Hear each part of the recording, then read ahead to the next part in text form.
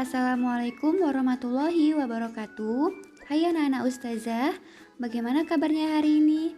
Semoga antum semua selalu dalam keadaan sehat dan tetap semangat dalam mengikuti pembelajaran.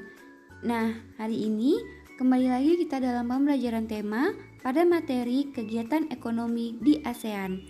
Sebelum belajar, kita harus mengetahui tujuan pembelajaran kita ya. Adapun tujuan pembelajaran kita yaitu diharapkan siswa mampu menjelaskan kegiatan ekonomi di ASEAN.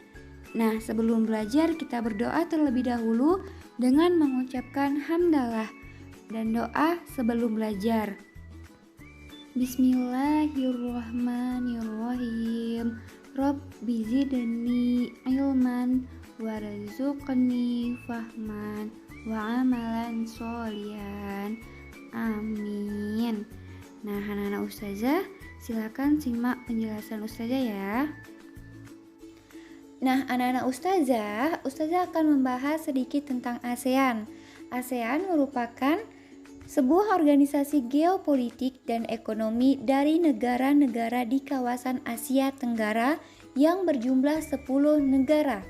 Nah, ASEAN juga memiliki lambang di mana lambang yang berwarna biru mengartikan keamanan, perdamaian, dan kestabilan. Berwarna merah mengartikan keberanian, semangat, dan dinamika. Berwarna kuning mengartikan kemakmuran dan kesejahteraan. Dan berwarna putih mengartikan kesucian. Serta jumlah 10 tangkai padi yang membantu ASEAN menjadi bersatu dan bersahabat. Sedangkan bulatannya merupakan kesatuan ASEAN. Nah, sekarang kita masuk ke materi keadaan ekonomi di negara ASEAN.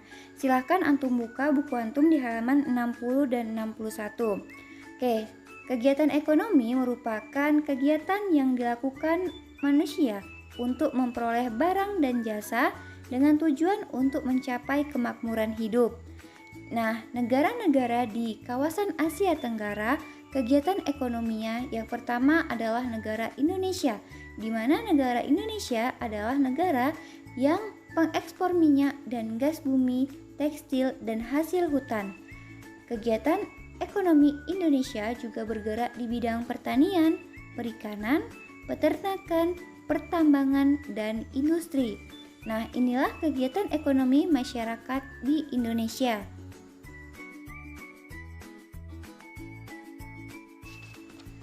Yang kedua adalah negara Malaysia. Nah, negara Malaysia adalah negara tetangga kita ya. Negara Malaysia merupakan negara penghasil timah terbesar di dunia. Kegiatan ekonomi masyarakat Malaysia bergantung pada sektor pertanian, pertambangan, dan perindustrian. Hasil pertanian yang menjadi komoditas utamanya adalah kelapa sawit. Nah, 40% dari penduduk Malaysia ini bekerja sebagai petani.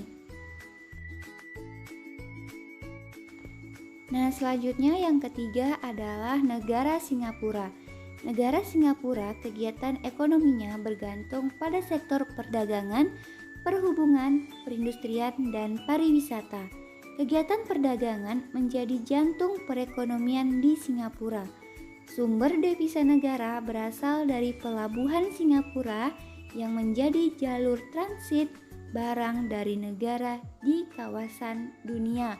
Oleh karena itu, negara Singapura adalah negara yang paling maju di kawasan Asia Tenggara. Negara selanjutnya adalah Brunei Darussalam. Nah, kegiatan ekonomi Brunei Darussalam yaitu di bidang pertambangan dan pertanian. Ladang minyak Seria merupakan penghasil minyak terbanyak di Asia Tenggara. Selain itu, Brunei Darussalam juga bergantung pada bidang pertanian dan perkebunan karet. Negara Brunei Darussalam menjadi negara kaya karena menghasilkan minyak bumi yang melimpah.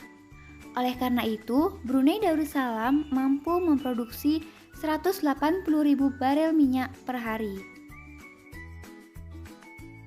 Selanjutnya yang kelima adalah negara Thailand. Kegiatan ekonomi negara Thailand adalah pertanian, perkebunan, pertambangan, dan perindustrian.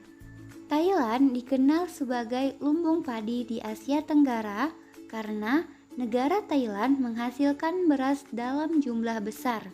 Hasil tambang negara Thailand adalah timah dan mangan, sedangkan penghasilan devisa utama negara Thailand berasal dari industri pariwisata. Selanjutnya yang keenam adalah negara Filipina. Kegiatan ekonomi negara Filipina sebagian besar di bidang pertanian. Negara Filipina dijuluki Home of the Green Revolution, yang berarti rumah revolusi hijau yang bertujuan melakukan gerakan perubahan dalam sistem pertanian dengan tujuan menghasilkan padi yang berkualitas tinggi dalam waktu yang tepat. Selain itu, masyarakat Filipina juga bekerja di bidang pertambangan dan perindustrian. Selanjutnya, negara yang ketujuh adalah Vietnam. Kegiatan ekonomi di negara Vietnam sebagian besar di bidang pertanian. Hasil utama pertaniannya adalah padi. Nah, selain itu, kegiatan ekonominya juga ada di bidang industri dan pertambangan, seperti pertambangan emas, biji besi, timah, batu gamping, dan juga seng. Selanjutnya, negara Myanmar. Kegiatan ekonomi negara Myanmar ini sebagian besar pada bidang pertanian. Nah, hasil utama pertanian Myanmar adalah padi. Selain itu, terdapat juga pada bidang perkebunan tebu dan juga kayu jati. Nah, untuk pertambangannya ada pertambangan tembaga, emas, perak, dan juga seng. Negara yang kesembilan adalah Laos. Nah, kegiatan ekonomi masyarakat di negara Laos sebagian besar ada pada bidang pertanian. Nah, di Laos ini ada lembah Sungai Mekong yang menjadikan lahan pertanian tersebut subur, sehingga irigasi pertanian semuanya berasal dari Sungai Mekong. Nah, hasil utama pertanian negara Laos adalah padi dan jagung, serta sayur-sayuran.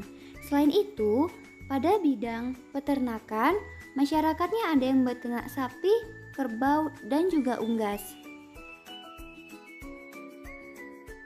Nah, selanjutnya negara yang ke-10 adalah Kamboja.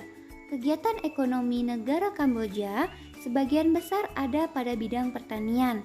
Nah, kegiatan pertanian banyak dilakukan oleh masyarakat di sepanjang Sungai Mekong dan di sekitar Danau Tonle Sap. Nah, jadi pertanian masyarakat Kamboja ini bergantung pada Sungai Mekong dan Danau Tonle Sap. Nah, selain pada bidang pertanian, pada bidang perkebunan juga terdapat perkebunan karet yang dapat menghasilkan dalam jumlah yang besar.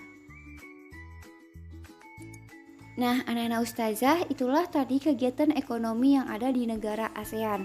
Nah, negara-negara di ASEAN ini sebagian besar merupakan negara agraris. Artinya, negara ini sebagian besar penduduknya bermata pencarian petani.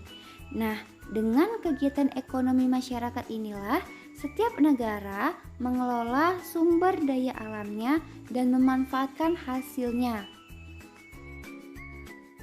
Nah, untuk tugas ada 2. Yang pertama, catatlah di buku tulis antum materi tentang kegiatan ekonomi negara di ASEAN yang Ustazah jelaskan tadi. Kemudian, yang kedua adalah kerjakan latihan di buku paket antum pada halaman 61 bagian A dan B.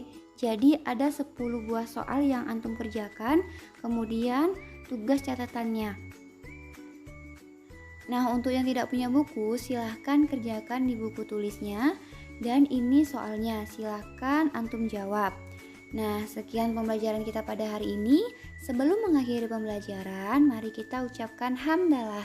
Alhamdulillahirobbilalamin. Ustazah akhiri dengan wassalamualaikum warahmatullahi wabarakatuh.